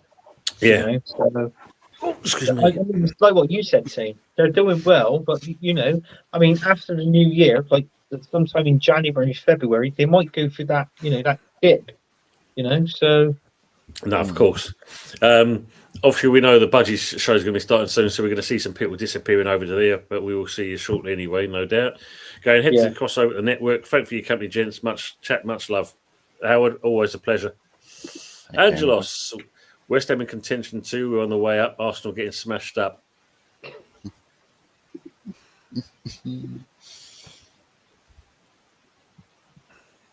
Brilliant. Yeah, totally agree with your choice, Colin. Totally spot on. Agree on that. He does indeed agree now, Tony, and he loves a wind up. Tony, I thought he would do well, Slot, like the way he plays football, watch Dutch football. Would have liked him at West Ham. Yeah, I must admit, Colin, I didn't know much about him, but I've got a lot of what he's done with Liverpool because Klopp was a legend there. What he did for him, but every dog has its days, they say. It was his turn, so Slot's come in and done well. Evening, Richard. Hope you're well, mate. Your brother's here. Big up, Rich. He's not back until the last game. Oh, so you're right there, Arsenal fans. You don't have to worry about him. And good evening to 10 men at the back. No one in attack. Hope you're well. Championship League won't change back as there's too much money in it. It's all the money for the big European clubs. Totally agree on that. My predictions. Thank you much, mate. Uncle, hope you're well. I mean, you must be again very happy with another result from your team. We all do well, mate, and hope you are as well. Big up, bro. Real one. I think for 4-3-3 is the way to go. Is he brave enough to do it though, Lawrence? That's the question. Yes, I think 4-3-3 would be better. Because what would you play like Bowen on the left? You could play Bowen, Ings, and Antonio, couldn't you, for your attacking three? Could do and that, then yeah. Somerville, like sort of like on the wide left sort of thing. Kudos in the middle. I didn't know who would you play on the right? Well, I think if you look at it in that respect, that's where you could also, you'd put in Bowen there instead, obviously being that 3 at the top. Oh, right. Because that way, then you could also, you could have Kudos up there. Because, well, for Will, either way he is, you've seen him run from our half and score a goal. Between them two, it gives you thoughts. It's a nice balance. You can change if need be. But then it gives a chance for Somerville to be on that left-hand side. You could have Boehm on the right-hand side, Paqueta, or if you look at it, I mean, we played Paqueta deep in the Everton game, and he looked really good. So, yeah, I think we've got a chance of that. Michael said Damien, goal scoring record is actually pretty good in fairness, and played 55 times for Brazil, scored 11 goals. Shouldn't have been affected by all that betting business stuff too. Yeah, of course. Greg Wallace. Wow, yeah. Lawrence saying Mark was slapping the ear with Paqueta, but he's had his best match in a long time on Monday. Definitely that. Which kit grassed him up? Yeah, that's the question. City fan that didn't want to take him, Mike.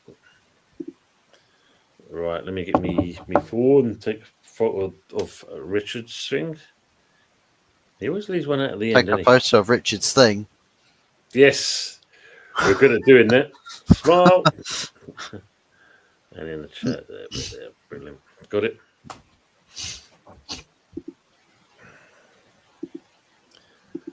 Colin, appreciate it. We'll see you shortly, no doubt, over on Budgies. Good night, Tony, Anthony, Fuzzy. You lovely gentlemen. Always good listening to you. Take care. Go to join Budgie now. Join you, lovely gentlemen, Sunday. Yeah, and don't forget also on tomorrow night as well, me and Budgie. And obviously, Mum will be featuring on there as well. And maybe someone else as well. Maybe someone else. Right. Yeah. They might just be like, you know what? Nah. Anthony, do you think we have forever blowing bubbles in training? Yes. Yeah. Arteta's going for the soundtrack of all the clubs that we play. Just to make sure. I hope that's the only thing you're going, but nah, with this manager, anything stupid can happen. True. Yeah, Paqueta's overall career in terms of goals is better than most, but not maybe distracted with all the betting saying business over his head as soon as that is over. True. It's a good shout there, you're saying. That's what we'll return as soon as that cloud is gone. Totally agree on that. I think City will finish 6th. Ooh, that's a big shout, Joan. I still think they're going to finish in the top 4. But did Liverpool to win the Prem at the beginning of the season? Money's safe there then.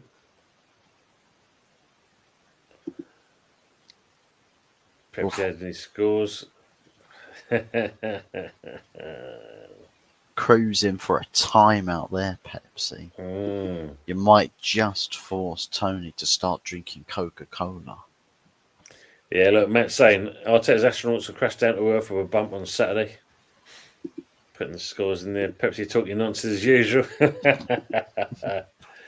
Terence is saying, my son was at the Arse sporting match. There's nothing but praise before and after the match. Everyone enjoyed the pint, even during the match. And he's diehard Arsenal and can't explain the result. Yeah, it was a weird one. I mean, again, I suppose similar to what we had on Monday. Arsenal just scored them all the way through. Top 3, Somerville, Kudos and Bowen. Not a bad shout there as well. Give Antonio the drop. 1 less than last season to be charitable. United 0, Everton 1. I'll put my... Yeah, I have to second that, Lawrence. Thanks, Lawrence. Pepsi talking nonsense as usual. Sarah's future is up in the air. I think Liverpool will go for Bowen. There is a possibility of that, Ray, isn't there? Them coming back on that. As much as Arsenal's been banned into the equation, maybe we never know. We might see a foreign club instead coming for him.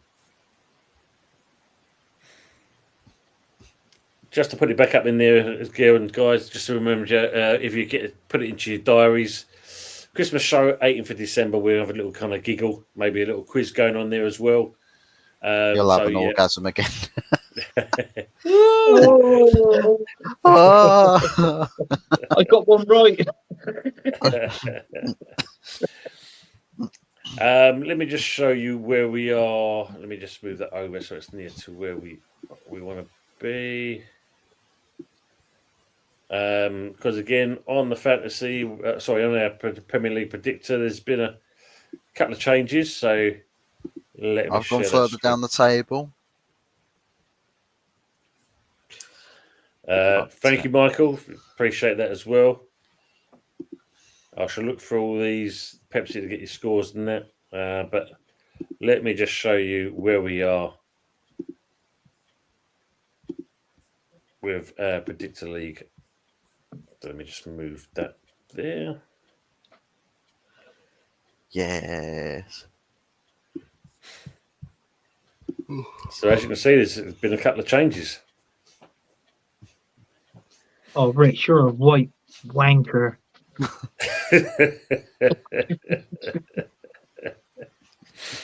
I see Tony slowly making his way down the table. He's coming down to the cool kids club. Yeah, I've been. There's been a demise in my Now the inside sources have found that the plate. Matt's saying, "Look, I'm coming for you, Anthony." Yeah, he's getting there. So one point. Yeah, he's there. Moving up, baby. You are indeed, Lawrence. You're getting. He's moving up in there. Thanks, Pepsi. Appreciate that, Michael. Like you said, because you came in late, but still. Ninth, you're slowly but surely creeping up that table. You're getting in there, and let's have a look. We've got the bottom half of that. Even Eros has gone there, and of course the other ones that haven't put themselves in. Excuse me. So it's for me, Ross, Aaron sat on -1. Yeah, came in for one show, and he's been in there ever since. I love that, just a -1 on it. Just try and get the biggest minus scores. Do you know what? That would actually be quite hilarious. Is that you could probably get away with accumulating more points total, but they'll just be negative points. Yeah, just deliberately. Trouble is with Aaron, he's got his he's got his what they call it, his contacts, and I believe on the prediction his contact is Loppy. I've been told. So, yeah, it's David Coombs. Lucky number 7, Pepsi. Yeah, lucky number 7. So yeah, you're slowly creeping up as well. Because again, Pepsi, I think this week you scored the highest points out of all of us. I think, you got 9 points. Oh no, so who has got 9 as well? Even Daz got 9 as well. Yeah. He just sits there. He goes, he tells me his scores, and then what he tells me, I send it to you, Ting, my son. Yeah. I can't believe it. I can't believe we're all getting beaten by a 9-year-old. It's just like that's good for him, isn't it? Yeah, look, I mean, Matt's saying Fuzzy is where United will finish this season. Your position. They wish. But yeah, looking at that, I mean. Richard's crept up slowly but surely. Matt's moved up as well. James is obviously in the same area so far. But people don't forget, it is actually a double fixture this weekend. So we got the games on the Saturday and Sunday, and also we got the game on the Wednesdays as well, haven't we? Who picked the West Ham match? Bear with me, Lawrence has a quick butchers at that. Who had the West Ham? So you'd have to put two. You'd have to put Where are we? That was the Monday the 10th one. Did anyone get anything right on that one? No one got a correct score. I got the correct score, just for the wrong fucking team. Yep. I should get half a point for that. So when you look at it, there was Lawrence got 2 points. Matt got 2 points. And that was it. Everyone else predicted the wrong points. Yeah. So we got a game Wednesday. So what? Next Wednesday on next week's show. Big up, Eros. That's the night of obviously Man United's got Arsenal. So I don't mind doing this show, but what are we going to do, Fuzz? Are we going to keep up with the score on the show, or Probably, yeah. Wednesday night Titans. it could be?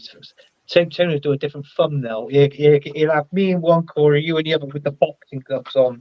Something like that. We have to call it former title fights. Where Yeah. the hell is John Cena? I can't stand him. Oh, sorry, can't see him. Not can't stand him. There he is. There. Yeah, can't stand him either. Get off the screen. We play next Tuesday. Absolutely, I want to see. I said that as well. Yeah, I got a Chelsea score. Actually, right for one. First time that has happened in ages for sure. Yeah, you. Where is it? Michael's one's there. Yep, got 6 points on that one. Michael got 2 points on that one. 2 points on that one. So he did pretty well. Laughing there. Put his ass back down the pecking order, Tony.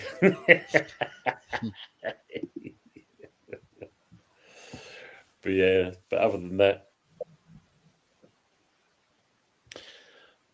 so as we're getting near 1 minute and 50, Fuzzy, what you got coming up, mate?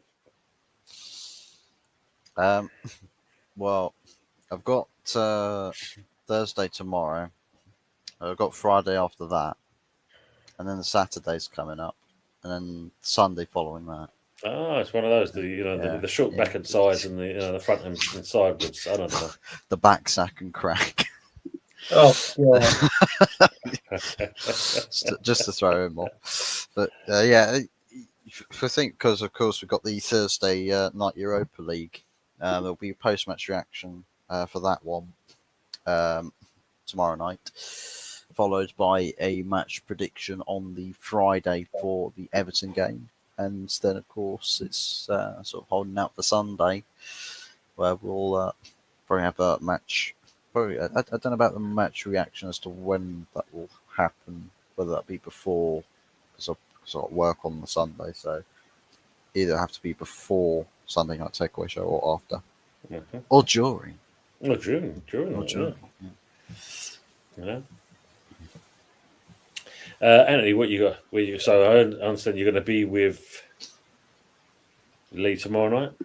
Yeah, we're going to be with Lee tomorrow You can night. do indeed, Ross. That's it, after 7. To be honest with you, Tone, I think for what me and Lee's got to talk about, that might be an hour show. So that might finish around about 8:30. And then I'm on the Sunday night takeaway, back on the show with Lee on Tuesday, and then obviously this show next Wednesday. So, it'd be good. It's up to you, Tone.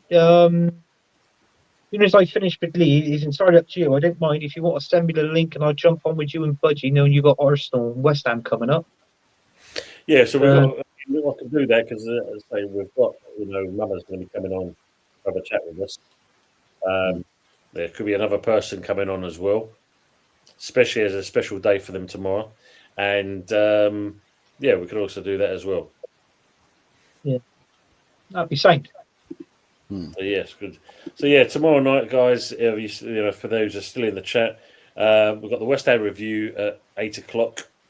And then I am quite busy on a Friday. I've been asked to go on a few shows talking to Arsenal guys, I know who show you're on. One of them. One of them I know you're on. Yeah. The what was it? I don't I say it, am I? You can do indeed, mate. You can do indeed. Well, I know you're on the American Idiot show with TJ and Dal. I think it's you and Jez Collins, isn't it? You're on there with Jez. You and Jez is on Friday night. Now I don't know the other show. So I've also kind of Tony predicted an Arsenal victory, and I'm also on that on the Friday as well. On the Stoop with director John Lolo. Right, I do watch that on the Stoop. Because it starts at midnight our time, doesn't it? It's bang on 12 o'clock our time. It starts on midnight with these guys as well, so it'd be good to get back into the chat with these. Been sorely missed talking to these people. I mean, great people. Yeah, they're good people. So, lovely content. And director John is literally that. He makes sure that we're all in check. So, looking forward to it. But no, I'm also going to be on with True Gooner, 7 o'clock. Arsenal, he was saying that, and he was worried about yesterday's match. Arsenal played well last night. The director has on me on Lawrence has been on there as well. Just signed a contract. Hey. Yeah, indeed, it stoops to laugh. It is in James, and big up to Stephanie as well. Also, might be going on the Gooner Gathering show as well on Friday, and then with TJ Warren as well. You're wanted man thing. You're wanted man. He's a closet Arsenal fan. I'm gonna, I've got a photograph of myself and my face in that. They could just take it on there, and so I'm gonna sign it online. Everyone's on the suit for ages. You need to get back in there, Mama. I've not been there as well.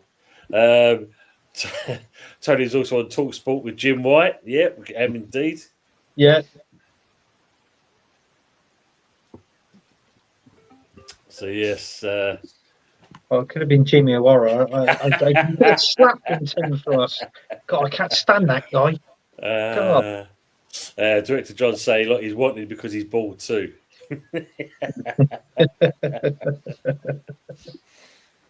Well done, Michael. I'll check out Friday on the Stoop. Is that the channel, Tony? Indeed, yes. Director John will tell you that as well. It's a good show. I watch it. I do watch it, and I put comments in the chat on that show as well. So, blowing bubbles, indeed. And then maybe Saturday, possibly, might be doing a watch along with Jez for the Arsenal game. So we might get that one all sorted out as well. That's Arsenal not winning the game then. That's the one we want, basically. As the missus said, it is all right to do this, team. Who? What? As the missus said, it's all right to do this.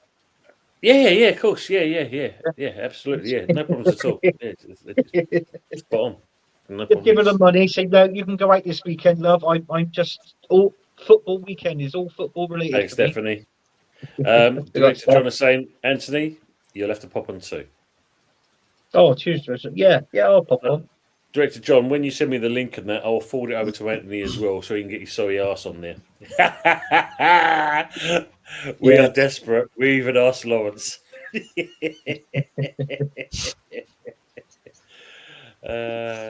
They just paid to wind people up. Cundies and O'Hara both talk nonsense.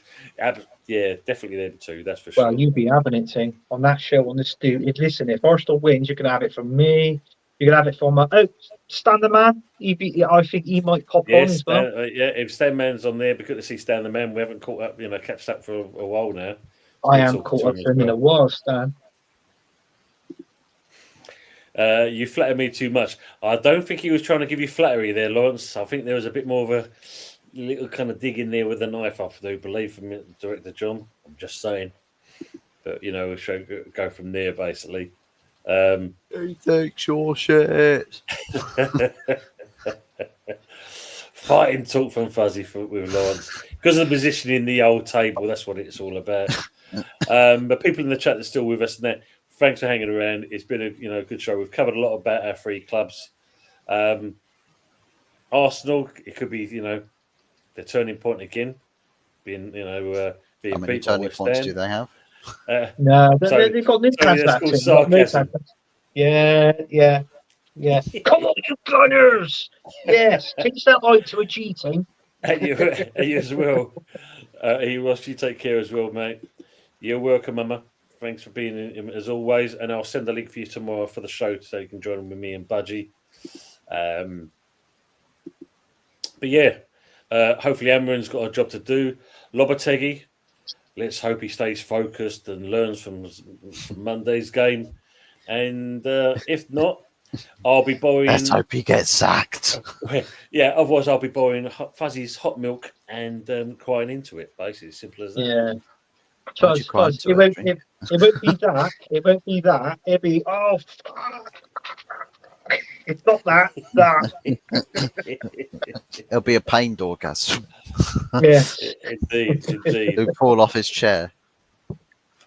Oh yeah, he would do. Slowly tipping off. Ain't gone again. But on the last note, from the three of us, for the greater good. It's for the For the great. greater good.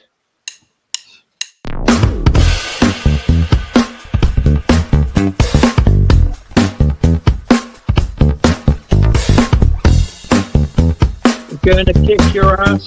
We're gonna kick your ass.